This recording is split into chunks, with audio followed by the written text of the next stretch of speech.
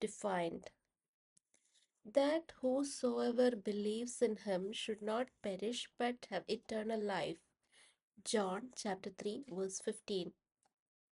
Imagine preaching the gospel to someone and the person asks you, "What is eternal life?" What will you say? I'll give you two simple statements that will help you understand what it is. The first one is that eternal life is the life and nature of God. This in itself is not a definition, but an expression that describes what kind of life it is. Eternal life is a life that's different from all other kinds of life. It's life and nature of God. As a definition, eternal life is the organic and existential attributes of deity. Why is this important? It's because all over the world, people talk about different gods. There are so many deities in different cultures represented in so many ways, but none of them has eternal life.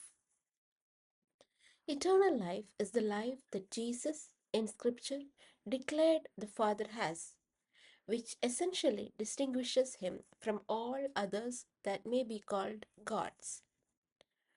For as the Father has life in himself, so has he given to the Son to have life in himself. John chapter 5 verse 26. The Bible declares, "And now we are in God because we are in Jesus Christ his Son, who is the only true God and he is eternal life." 1 John chapter 5 verse 20. Jesus Christ is God. In him, we find and can relate with the organic and existential attributes of deity. When he walked the earth, he was life encapsulated in a human body and manifested to us. For the life was manifested, and we have seen it, and bear witness, and show unto you that eternal life which was with the Father and was manifested unto us. 1 John chapter 1 verse 2.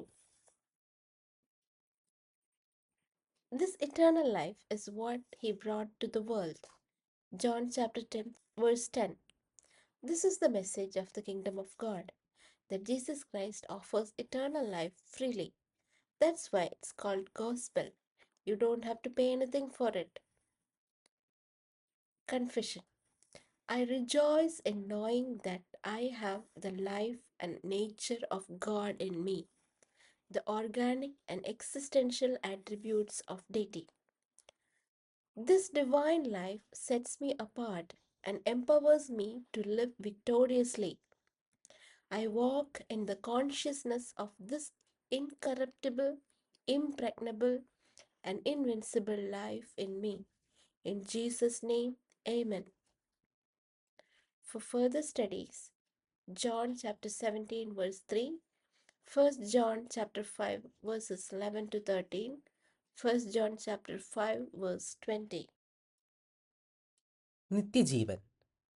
നിർവചനം: അവനിൽ വിശ്വസിക്കുന്ന ഏവനും നിത്യജീവൻ പ്രാപിക്കേണ്ടതിന് തന്നെ.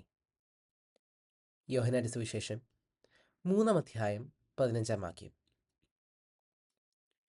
നാം ഒരാളോട് സുവിശേഷം പങ്കുവയ്ക്കുമ്പോൾ ആ വ്യക്തി എന്താണ് നിത്യജീവൻ എന്ന് ചോദിച്ചാൽ എന്തായിരിക്കും നമ്മുടെ മറുപടി?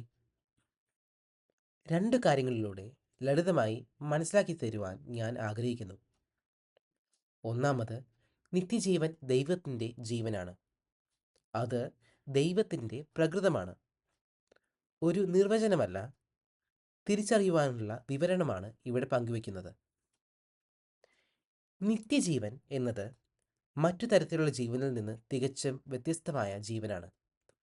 അത് ദൈവികമായ ജീവനും സ്വഭാവവുമാണ്.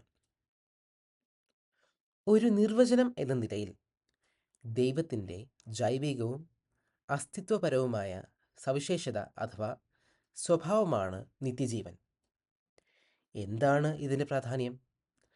ലോകമെമ്പാടും ആളുകൾ വ്യത്യസ്ത ദൈവങ്ങളെക്കുറിച്ച് സംസാരിക്കുന്നു. വിവിധ സംസ്കാരങ്ങളിലായി നിരവധി ദേവന്മാരുണ്ട്. എന്നാൽ അവയിലൊന്നും നിത്യജീവൻ എന്ന സവിശേഷത നാം കാണുന്നില്ല. ദൈവങ്ങൾ എന്ന് വിളിക്കപ്പെടുന്ന മറ്റെല്ലാവരിൽ നിന്നും വ്യത്യസ്തനാക്കുന്ന പിതാവിന് ഉണ്ടെന്ന് തിരുവെഴുത്തുകളിൽ യേശു പ്രഖ്യാപിച്ച ജീവനാണ് നിത്യജീവൻ.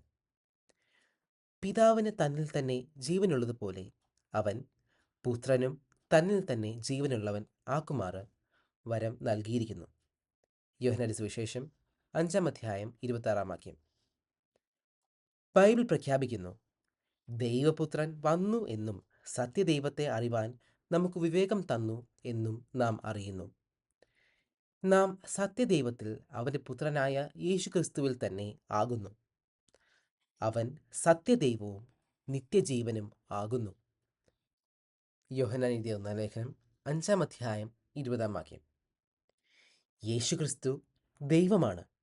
യേശുവിൽ ദൈവത്തിൻ്റെ സകല സമ്പൂർണതയും ജൈവികവും അസ്തിത്വപരവുമായ മുഴുവൻ ഭാവങ്ങളും ദൃശ്യവും അനുഭവവേദ്യവുമാകുന്നു. യേശു ഈ ഭൂമിയിൽ ആയിരുന്നപ്പോൾ ദൈവത്തിൻ്റെ ജീവൻ തന്നെ, അഥവാ ദൈവം തന്നെ മനുഷ്യ ശരീരത്തിൽ അവതരിക്കുകയാണ് ഉണ്ടായത്. ജീവൻ പ്രത്യക്ഷമായി ഞങ്ങൾ കണ്ട് സാക്ഷീകരിക്കുകയും പിതാവിനോട് കൂടെയിരുന്ന് ഞങ്ങൾക്ക് പ്രത്യക്ഷമായ നിത്യജീവനെ നിങ്ങളോട് അറിയിക്കുകയും ചെയ്യുന്നു. യോഹന്നാൻ എഴുതിയ 1-ാം ലേഖനം 1-ാം അധ്യായം 2-ാം വാക്യം. ഈ നിത്യജീവനാണ് അവൻ മനുഷ്യർക്കായി ഈ ലോകത്തിലേക്ക് കൊണ്ടുവന്നത്. യോഹന്നാന്റെ സുവിശേഷം 10-ാം അധ്യായം 10-ാം വാക്യം. ഇതാണ് ദൈവരാജ്യത്തിൻ്റെ സന്ദേശം. യേശുക്രിസ്തു നിത്യജീവൻ സൗജന്യമായി നൽകുന്നു. അതിനാലാണ് ഈ സന്ദേശത്തെ സുവിശേഷം എന്ന് വിളിക്കുന്നത്. ഈ നിത്യജീവൻ തികച്ചും സൗജന്യമാണ്. യാതൊന്നും ആർക്കും നൽകേണ്ടതില്ല. ഏറ്റുപറയാം, ദൈവികതയുടെ അടിസ്ഥാനപരമായ സവിശേഷതകളായ ദൈവത്തിൻ്റെ ജീവനും പ്രകൃതവും എനിക്ക് ലഭ്യമായിരിക്കുന്നതിനാൽ ഞാൻ സന്തോഷിക്കുന്നു. ഈ ദൈവിക ജീവിതം എന്നെ വ്യത്യസ്തനാക്കുകയും വിജയാളിയായി ജീവിക്കുവാൻ എന്നെ പ്രാപ്തനാക്കുകയും ചെയ്യുന്നു. യേശുവിൻ്റെ നാമത്തിൽ എനിക്ക് ലഭ്യമായിരിക്കുന്ന ഈ അക്ഷയവും അജയ്യവുമായ ജീവനെക്കുറിച്ചുള്ള പൂർണ്ണ ബോധ്യത്തിലാണ് ഞാൻ ജീവിക്കുന്നത്. ആമേൻ. കൂടുതൽ മനസ്സിലാക്കുവാനായി യോഹന്നാന്റെ സുവിശേഷം 17-ാം അധ്യായം 3-ാം വാക്യം, യോഹന്നാൻ എഴുതിയ 1-ാം ലേഖനം 5-ാം അധ്യായം 11 മുതൽ 13 വരെയുള്ള വാക്യങ്ങൾ, യോഹന്നാൻ എഴുതിയ 1-ാം ലേഖനം 5-ാം അധ്യായം 20-ാം വാക്യം.